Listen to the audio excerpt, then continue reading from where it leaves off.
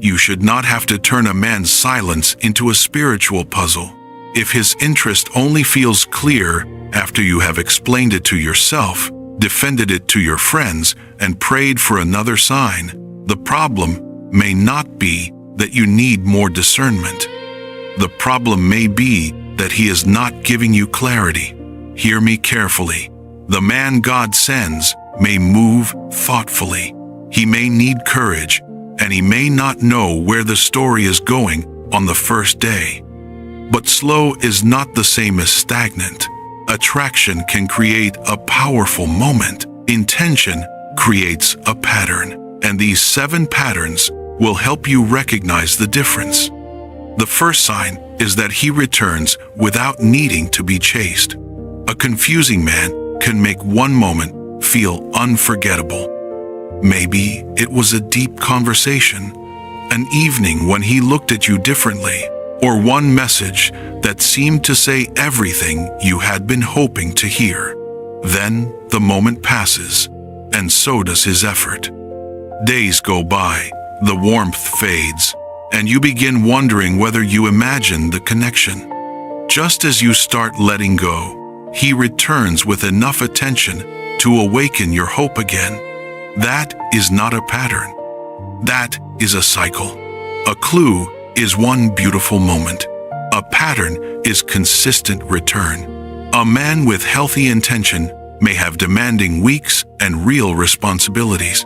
He may not communicate exactly as you do, but his desire to know you will not appear only when he is lonely, emotional, or afraid of losing access to you. He returns because the connection still matters after the moment has passed. Proverbs chapter 20 verse 6 says, "Many claim to have unfailing love, but a faithful person who can find?" Many people can express affection when the feeling is strong. Faithfulness is revealed by what continues when the feeling settles. So do not measure his interest only by the strongest conversation you shared. Watch what happens afterward. Does he return without needing to be pulled back? Does he remember what you told him? Does the connection survive ordinary days when nothing dramatic is happening? There may have been a time when one beautiful message made you excuse a week of silence. You held tightly to the clue because you were afraid there would never be another connection like it. But God is teaching you to watch the pattern. You are not becoming demanding because inconsistency no longer impresses you. You are learning that genuine interest should not need to be resurrected every few days. And if there is no man in your life right now, let this become your standard before attention arrives. You are not waiting for the most intense beginning. You are learning to recognize the kind of interest that knows how to return. The second sign is that his words and actions begin telling the same story. Some men speak in futures they never intend to build. They tell you how special you are, describe places they want to take you, and talk about everything the two of you could become, but nothing in their present life moves toward those words. He says he misses you, but makes no time to see you. He says he wants something serious, but every practical conversation about seriousness makes him withdraw. His words create hope, while his actions create doubt, and you spend your energy trying to decide which version of him is real. Jesus said in Matthew chapter 7 verse 16, "By their fruit you will recognize them, not by their potential, not by the apology that sounded sincere, not by the future they described when they were afraid of losing you, by their fruit." A clue is a promise. A pattern is follow-through. A mature man will not be perfect. He may forget something, misunderstand you, or fail to do what he intended. But when that happens, he takes responsibility. He does not hide behind good intentions while asking you to keep living with the same disappointing behavior. If he says he wants to know you, he creates space. If he says he will call, he calls, or communicates honestly when something changes. And sometimes, clarity will not sound romantic. It may sound like, "I care about you, but I am not ready," or "I want to move slowly, but I do want to keep moving." Honest clarity may not always give you the answer you hoped for, but it gives you solid ground. Maybe this is part of the deeper work God is doing in you. There was a time when one apology could erase the pattern that made the apology necessary. One affectionate conversation could make you explain away weeks of inconsistency, but your eyes are changing. You are not becoming suspicious, you are becoming discerning. Grace gives someone room to grow. Denial keeps calling the same fruit a temporary season. You no longer need to confuse the two. The third sign is that he carries his side of the connection. Look honestly at the relationships that exhausted you. Were you always the one beginning the conversation, suggesting the plan, repairing the distance, and finding another reason to keep believing? Did the connection stay alive only because you kept giving it breath? Some women do not realize they have been carrying both sides because they learned to call over-giving love.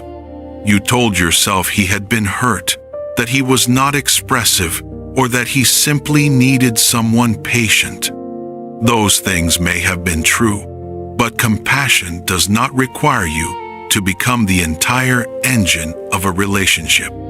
Ecclesiastes chapter 4, verse 9 says, "Two are better than one, because they have a good return for their labor."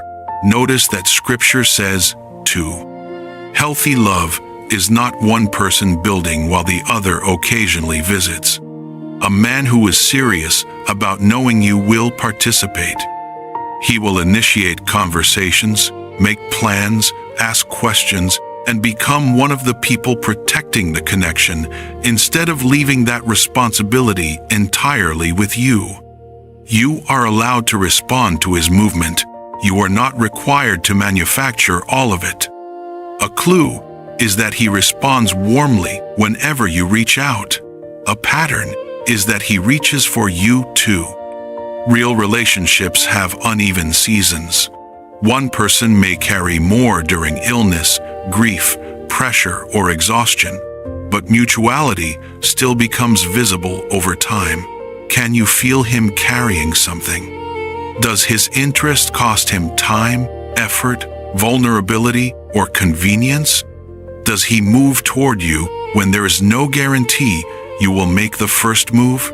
Maybe you spent years believing you had to prove your value by being endlessly understanding. You became useful, available, forgiving, and emotionally strong because you feared that having needs would make you difficult to love. But God is healing the woman who believed love had to be earned through exhaustion. You may not be difficult to love. You may simply be learning that love was never supposed to require you to carry two people. The fourth sign is that he wants to know your heart, not only enjoy your attention. A man can enjoy your beauty, your warmth, your encouragement, and your availability without ever becoming curious about who you really are. He may know what makes you laugh, but not what makes you feel safe. He may know your favorite music, but not what you value.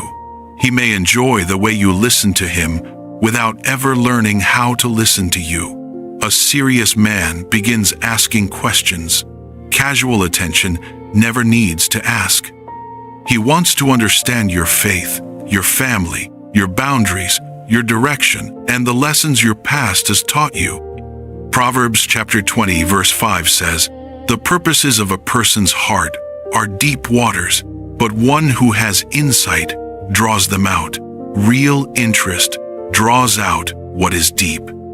A man who only wants the feeling studies your reactions. A man considering a future studies your heart. He remembers the boundary you shared. He becomes careful with what makes you vulnerable. He cares about what strengthens your faith, and what disturbs your peace. He does not collect your story simply to create fast intimacy. He treats what you reveal as something sacred. This is the difference between attention and intention. Attention enjoys what you give. Intention asks who you are and what it would mean to build something that honors you. There may have been a time when being wanted felt like enough, but God is deepening your standard. You are no longer impressed simply because someone notices you. You are learning to recognize the difference between a man who wants access and a man who wants understanding.